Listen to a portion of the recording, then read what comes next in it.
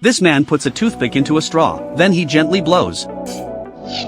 As an undercover ninja, to keep his assassination skills sharp, he can only practice this way. Suddenly, a man's voice came from the door. Although Kumobakure is just a genin, the only one who could enter the room silently would be his superior, the Chunin Kato. This time Kato brought him a mission: infiltrate a high school and track down a hidden traitor. Kumobakure, who was already bored, agreed without even thinking. But just as the seal was stamped, the toothpick overhead accidentally fell down. Kato was shocked, never expecting that a mere genin had skills rivaling his own Chunin level. After the misunderstanding was cleared up, Kumobakure immediately opened the box. To his surprise, the delivery box contained not only a student uniform, but also equipment exclusive to ninjas. Just by pressing a switch, the parts covered by the clothing would enter stealth mode. Kumobakure tried it out, but this equipment only had a shirt, no pants. While he was playing around, suddenly shouting came from next door. It turned out his roommate had forgotten to bring toilet paper, and hoped Kumobakure could help, but she warned him not to peek. As a ninja, one must dare to take on impossible missions. Kumobakure immediately closed his eyes, and demonstrated his ninja techniques, sliding along the wall into the bathroom.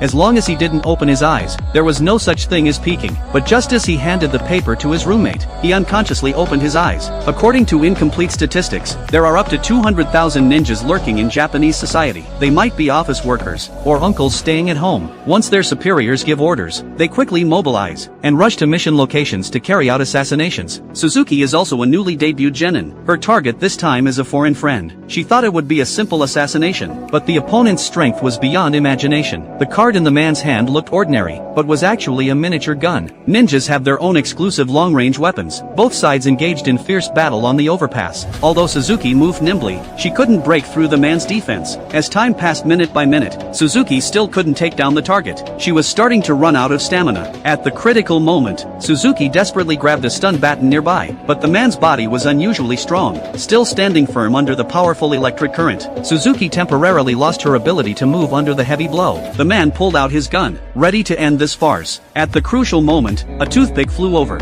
Although both were genin, Kumobakure and Suzuki had completely different styles. If Suzuki's movements were swift as wind, then Kumobakure was like an immovable mountain. No matter what techniques the man used, he could find ways to easily counter them. After finishing with a chokehold technique, Kumobakure politely apologized to Suzuki. He understood that his intervention was against the rules, but on one hand, he didn't want to stand by and watch someone die, and on the other hand, he'd been restless too long and his hands were itching for action. Although he was still a genin, he had never encountered a target that required his full strength. As for that traitor lurking in the school, he only hoped it would be an interesting opponent.